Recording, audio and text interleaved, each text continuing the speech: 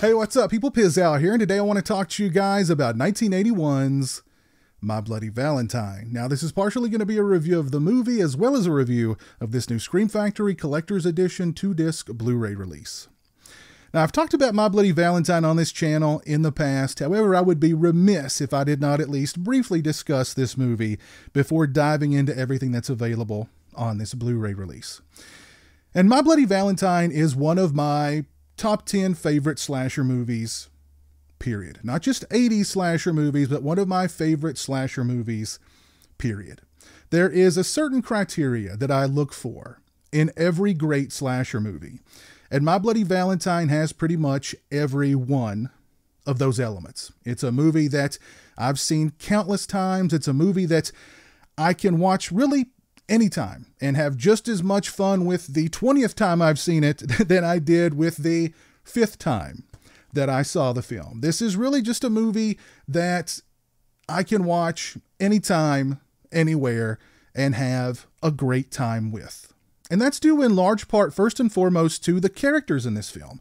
My Bloody Valentine features a whole host of really colorful, lovable, memorable characters that feel like real people and not just caricatures of real people. Their dialogue, their relationships, everything about the characters in this film just really grounds them in a reality. I like all the characters in this film. They're the kinds of characters that I would like to go hang out with at the bar and have a few moose heads with. I also love the setting of this movie, Valentine Bluffs. It just really opens up this movie and grounds it in a particular time and place and gives it, for lack of a less pretentious word, a verisimilitude.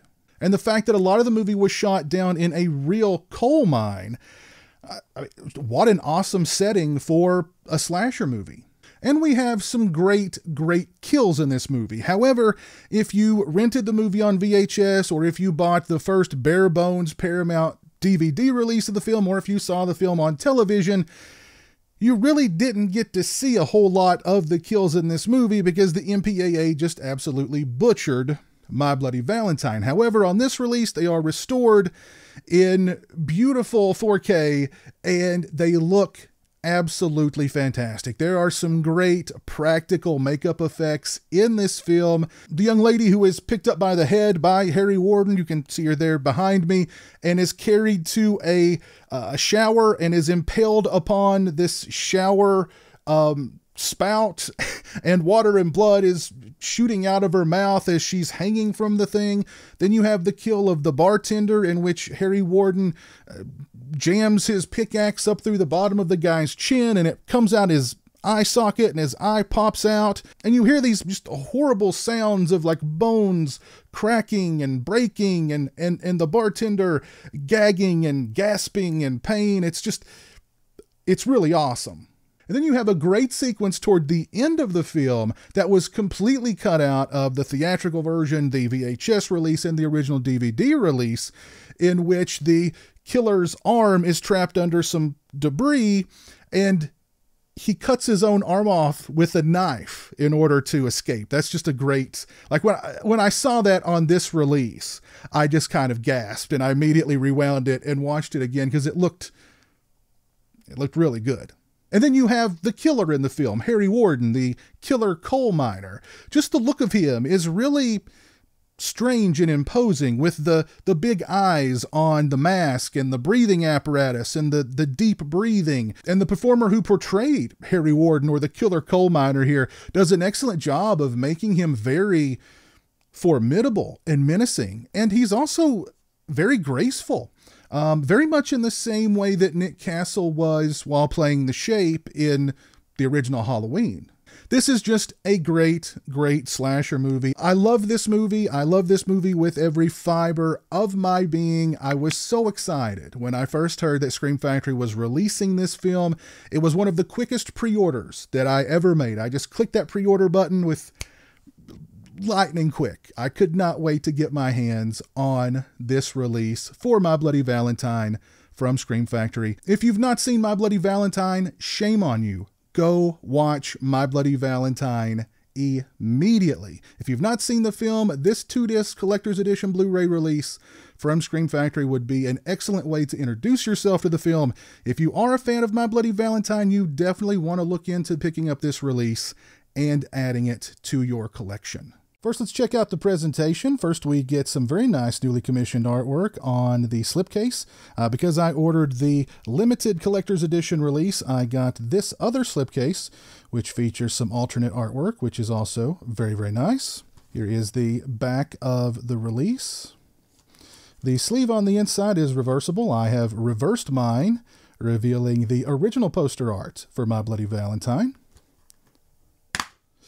We get 2 discs. Disc 1 is the theatrical version of the film, and disc 2 is the uncut version of the film. Now, as far as the picture quality and sound quality are concerned, this release features a new 4K scan of the original camera negative for both the theatrical cut of the film as well as the unrated cut of the film, meaning that all of the scenes that were cut out of the theatrical version because they were too graphic have been reinstated here. They've been scanned in 4K, and they look absolutely fantastic. Literally, it was a seamless integration, at least in my opinion, meaning that I could tell very little difference between the quality of the scenes leading up to the sequences that were cut and the sequences that were cut. And if you got the DVD release of this film that included those sequences, or the original Blu-ray release of the film that included those sequences, you could definitely tell a big difference in the quality. Here,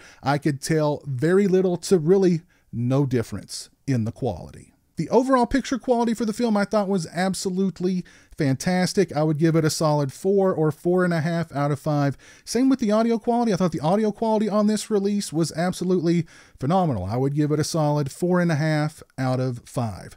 As far as the extras are concerned, on disc 1, which houses the theatrical cut of the film, we have My Anemic Valentine, an interview with director George Maholka. It's 24 minutes and 9 seconds in length. Mr. Maholka discusses the genesis of My Bloody Valentine. He reveals what TJ was doing out west and why he failed at it so badly before returning back to Valentine Bluffs. He discusses shooting inside the mines and the obstacles that presented. He discusses the butchery the film sustained at the hands of the MPAA and how many times the film had to be submitted to the MPAA before it finally got an R rating. Mr. Maholka discusses being influenced by another Canadian slasher, Black Christmas. He discusses casting the film, the Canadian horror boom of the 1980s, and the cult status the film has obtained, and much more. Very nice interview with Mr. Maholka. Next up, we have From the Heart, an interview with actor Paul Kilman. It's 14 minutes and 15 seconds in length. Mr. Kilman reveals what TJ was doing on the West Coast during his hiatus. He discusses shooting in the mine, doing research for the character with real coal miners. He discusses his favorite scenes in the film. He discusses the Canadian horror film boom of the 1980s and how corrupt that became. He discusses coming to understand the film's cult status after all the friend requests he received after joining Facebook. Mr. Kilman shares his fond memories of his late co-stars and friends, Alf Humphreys and Keith Knight, and much more. Very nice interview with Mr. Kilman. Next up, we get Axel, Be My Bloody Valentine, an interview with actor Neil Affleck. It's 14 minutes and 48 seconds in length. Mr. Affleck discusses discovering that his character was the killer in the film. He discusses the shooting locations in Nova Scotia and shooting down in the mines and the challenges that presented. He discusses the film's cult status and how astonished and grateful he was to discover the fandom for My Bloody Valentine. Mr. Affleck shares his fond memories of his late co-star Alf Humphreys and more. Very nice interview with Mr. Affleck. Next up, we get Friends of Mine, an interview with actress Lori Hallier. It's 19 minutes and 20 seconds in length.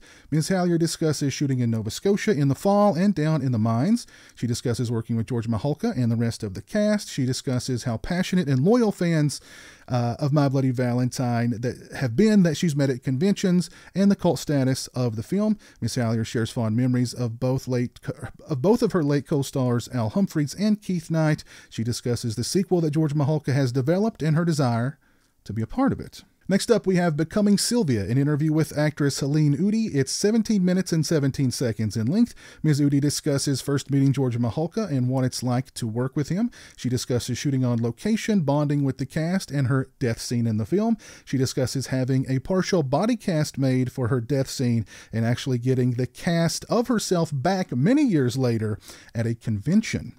She discusses the film's cult status and shares fond memories of Alf Humphreys and more. Next up, we get Broken Hearts and Broken Bones, an interview with special effects makeup designer Tom Berman. It's 10 minutes and 36 seconds in length. Mr. Berman discusses working as a makeup effects artist in the US in the 70s and in Canada in the 80s. He discusses the effects he created for My Bloody Valentine and how disappointed he was that so much of his work was removed by the MPAA and more. Next up, we have The Secret Keeper with actor Rob Stein. It's 27 minutes and 25 seconds in length. Mr. Stein discusses getting cast in My Bloody Valentine. He discusses shooting the film on location in Nova Scotia and down in the mines. He discusses working with George Mihalka. He discusses the cult status of My Bloody Valentine and meeting fans at conventions. Mr. Stein discusses his fondest memories of making the film and his memories of the late Al Humphreys.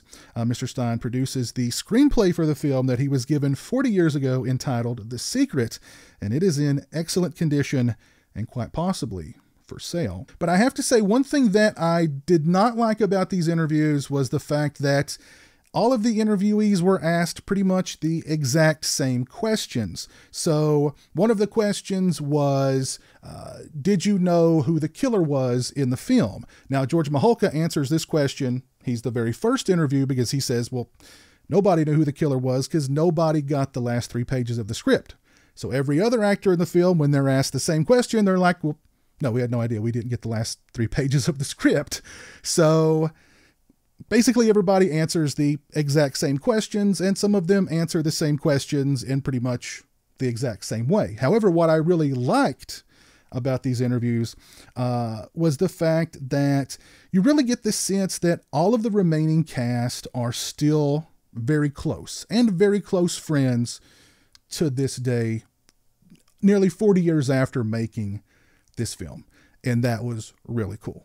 On disc 2, which houses the unrated cut, we get a brief introduction from director George Mihalka. We also get My Bloody Valentine 35th Anniversary Cast Reunion from Bay of Blood Tampa Horror Weekend in 2016. It's 46 minutes and 54 seconds in length. It's highly entertaining, very, very informative. They discuss scenes cut from the film, the special effects, the camaraderie between all the actors on set, why there was no sequel, and the film's cult status, and much more. Very nice. And we also get Thomas Kovacs performing The Ballad of Harry Warden, accompanied by Peter Cowper and Jim Murchison. It's 5 minutes and 3 seconds in length, and it's the theme song from My Bloody Valentine, which, why don't horror movies have their own theme songs anymore? It's performed at the Bay of Blood event from 2016, and it's really cool. We also get a commentary from director George Mihalka. I listened to the entire commentary. I thought it was a fantastic commentary, very, very informative, great commentary for My Bloody Valentine from the director, George Mihalka.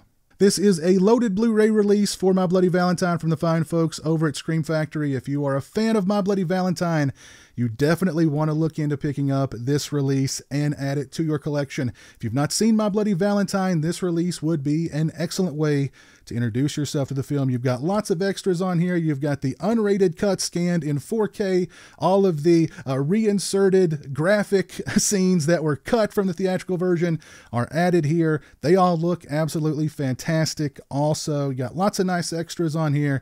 Just a great presentation.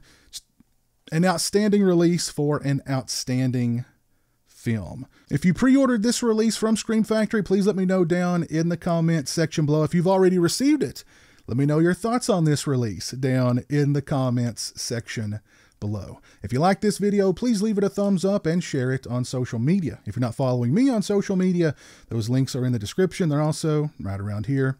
As always, thanks so much for watching. I really appreciate it. Take care, and until next time, peace.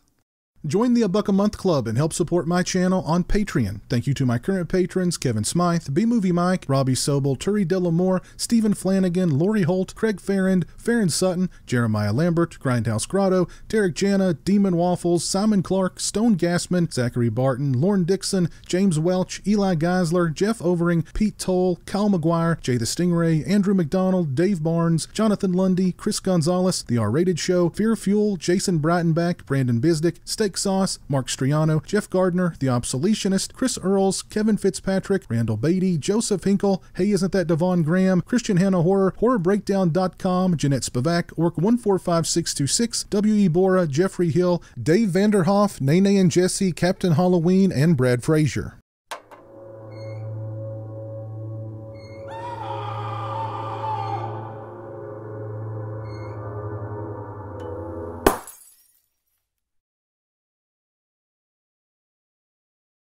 Say hello to the internet, Jeremy. Hello to the internet.